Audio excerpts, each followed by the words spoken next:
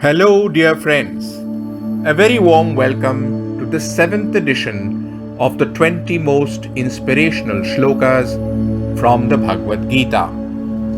Baba Bhaskar is amongst you once again to take you onwards towards the discovery of all those facets of the Gita which will touch the very core of your being.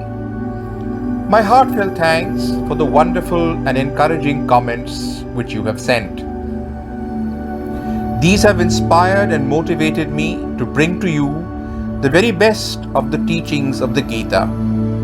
Teachings that will strengthen your resolve, help you to introspect, and give you the wherewithal to redirect the moral compass of your life.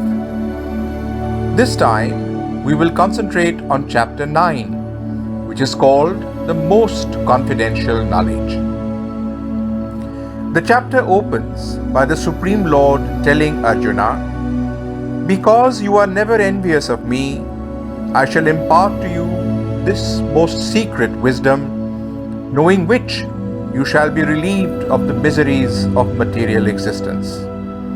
Krishna knows that as a devotee hears more and more about the Supreme Lord, he becomes enlightened and drawn to the wisdom that is being imparted. Lord Krishna, in order to encourage Arjuna to ascend higher and higher in his understanding of service to the Lord, describes in this 9th chapter matters which are more confidential than have already been disclosed. Thus, matters which are described in the 9th chapter deal with unalloyed, pure devotion. Therefore, this is called the most confidential and is indeed the title of this chapter. One who has access to the most confidential knowledge of Lord Krishna becomes naturally transcendental. Such a person evolves to a plane where the material aspects of life become less and less attractive to him.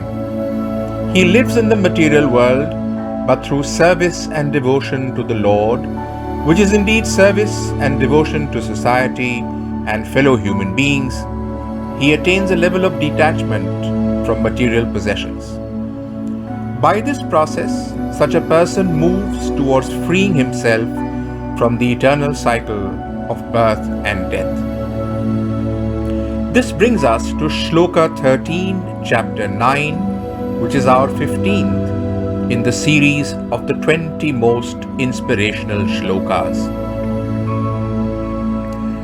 Mahatma nastu mam partha devim prakriti masritaha bhajanatya nanya manaso gyatva bhutadi mo yayam. The great-souled and noble ones, O Arjuna, son of Partha, who are associated with my divine spirit and imbued with pure faith, adore me and worship me with unwavering mind, knowing me to be the immutable, indestructible source of all human beings. Here, Lord Krishna is reaching out to his devotee on a different plane altogether. For beyond logic and reason lies faith and devotion. He takes his interaction with Arjuna to another level altogether. By giving the example of the great souls and noble ones, he conveys to Arjuna that such persons, imbued with pure faith and deep knowledge, continually offer all their actions to the Lord. So absorbed are they in their quest of the Supreme that they become oblivious of the I. Knowing the Supreme Lord to be the origin and the cause of all beings, they fulfill their duties towards all, and they endeavor to serve their fellow human beings. They seek nothing from the world and serve it instead. They deal with all beings with utmost love, and they worship the Lord ceaselessly. Their lives are indeed an endless and perpetual song to the Lord. Lord Krishna thus places before Arjuna the example of the unconditional love that he gets from noble souls and in turn would expect from Arjuna. Then he hastens to assure Arjuna that the Supreme Being reciprocates that love and gives back to his devotees in abundance.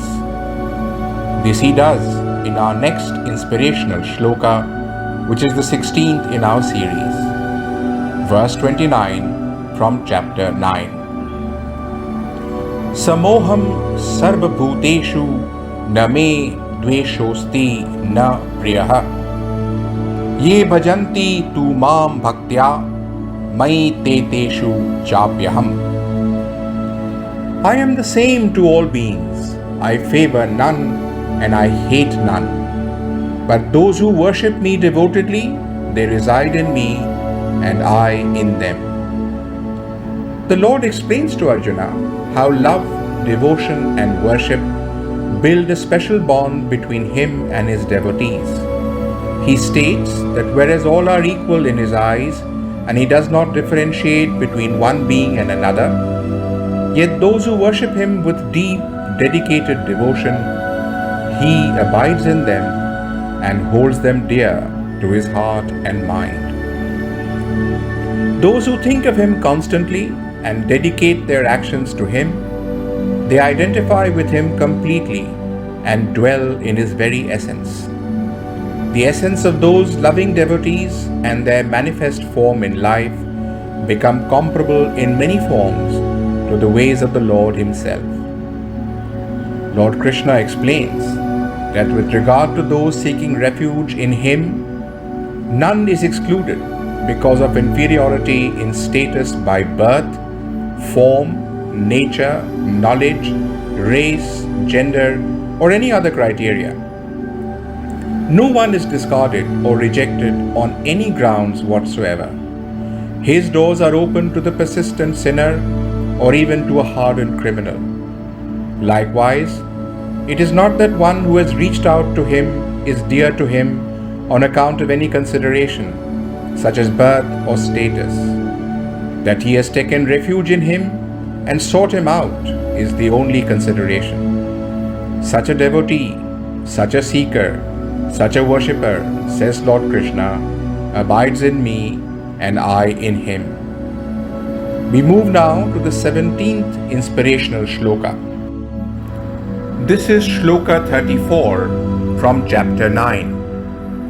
Manmana bhava madbhakto madhyaji mam namaskuru mame vaishyasi yuktaivam atmanam matparayanaha. Fix your mind on me alone. Let your attachment and love be focused on me. Offer your life as a prayer to me. Bow before me alone.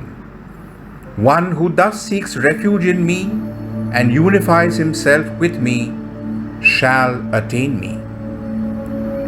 The signal that Lord Krishna is sending out to Arjuna in this shloka is this.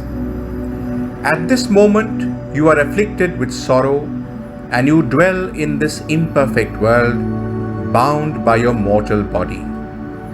Devote yourself to me single-mindedly, even while you exist in this world, and perform your worldly duties and tasks, for you will definitely attain me through the path of devotion.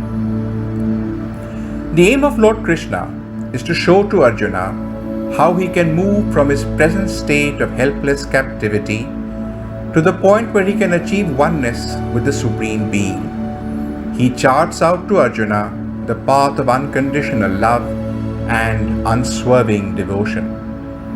The Lord advises, fill your mind with me, become a true worshipper, surrender your whole being to the Lord without reservation. Then your mind will be one with the divine consciousness. Bow down to me in utter humility, regarding me as the supreme goal.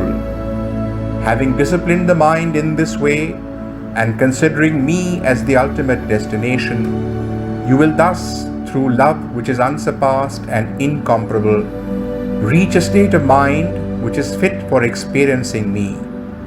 You will then reach me alone. And this, dear friends, brings us to the close of this edition of Baba Bhaskar's 20 most inspiring shlokas from the Bhagavad Gita. Till the time that I'm back with my new video and a new set of inspiring shlokas, stay safe, stay secure, and stay spiritual.